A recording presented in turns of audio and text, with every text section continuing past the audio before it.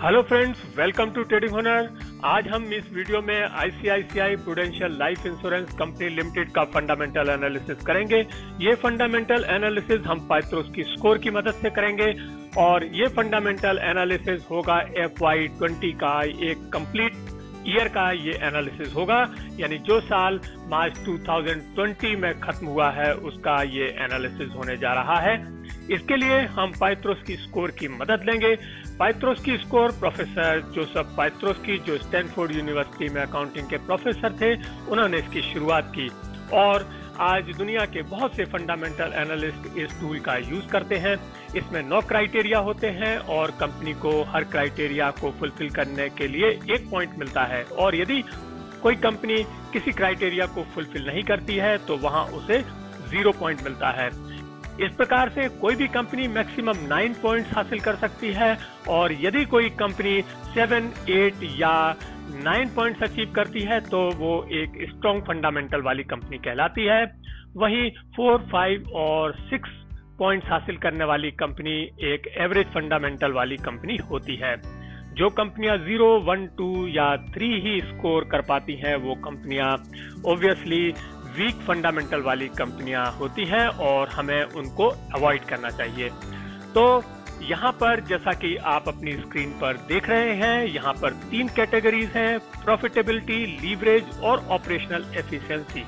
इसमें 9 क्राइटेरिया हैं, जैसे कि प्रॉफिटेबिलिटी में 4 क्राइटेरिया हैं, लीवरेज में 3 क्राइटेरिया हैं और ऑपरेशनल एफिशिएंसी में 2 क्राइटेरिया हैं।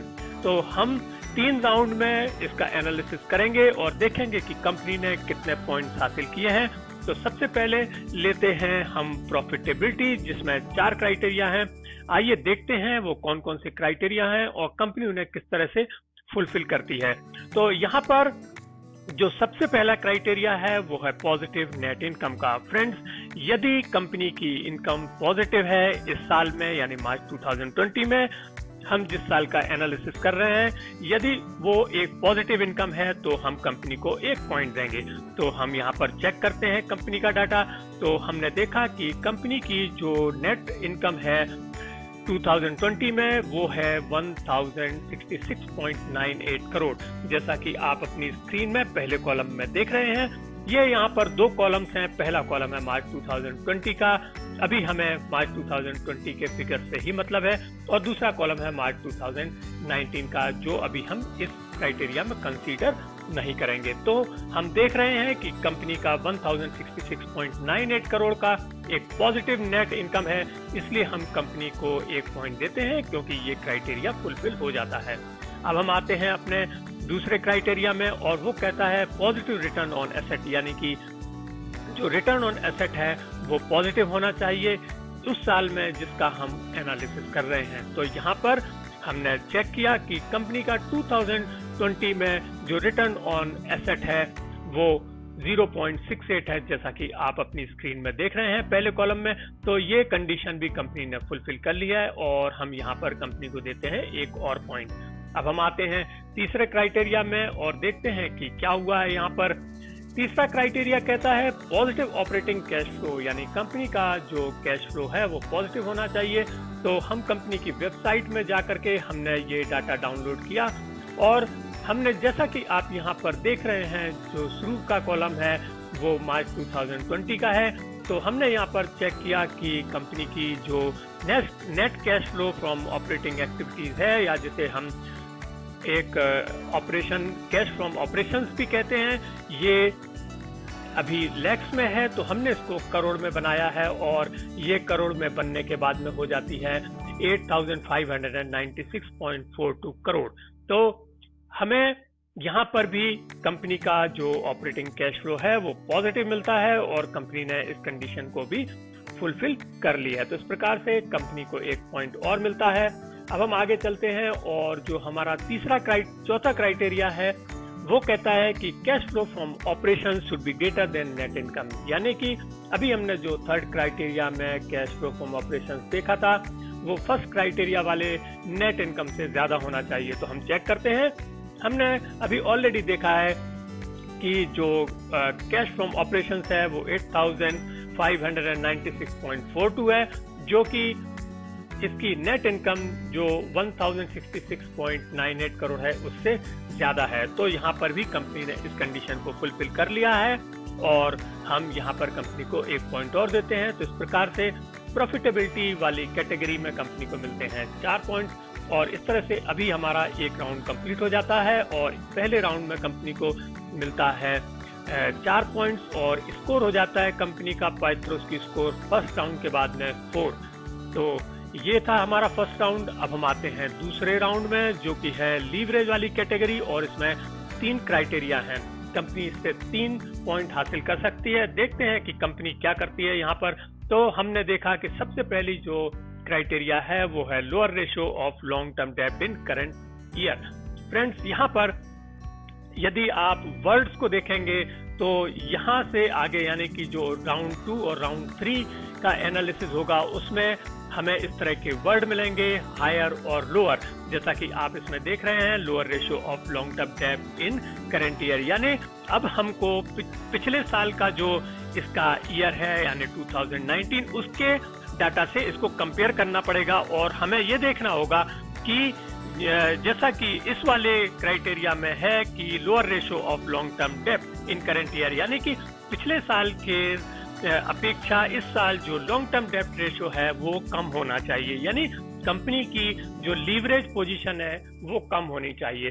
तो हम यहाँ पर देखते हैं कि कंपनी की जो लीवरेज पोजीशन है वो क्या हुई है। लास्ट टाइम भी इसका 0.00 था डेब्ट इक्विटी रेशियो और इस साल भी 0.00 है, यानी कि कंपनी में किसी तरह का कोई डेब्ट नहीं है। तो यहाँ पर आप देख रहे हैं कि दोनों साल में 0.0 है, तो यहाँ पर ये बड़ा नहीं है और कम होने का भी प्रश्न नहीं उठता है। तो यहाँ पर हम कंपनी को 1 पॉइंट देते हैं क्योंकि किसी भी तरह का लीवरेज में फर्क नहीं आया है कंपनी की पोजीशन में। तो यहाँ पर हम कंपनी को देते हैं 1 पॉइंट।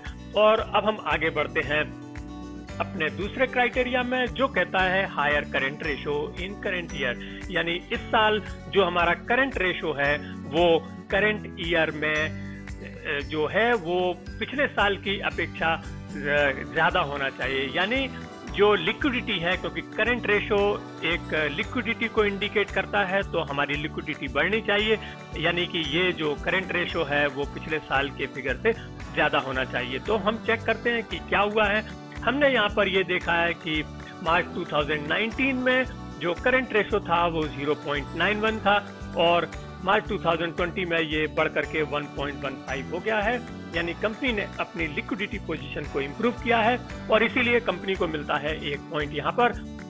तो हम कंपनी को 1 पॉइंट यहाँ अलॉट करते हैं और आगे बढ़ते हैं अपने तीसरे क्राइटेरिया में। यहाँ पर जो तीसरा क्राइटेरिया है वो कहता है लैक ऑफ शेयर डाइल्यूशन।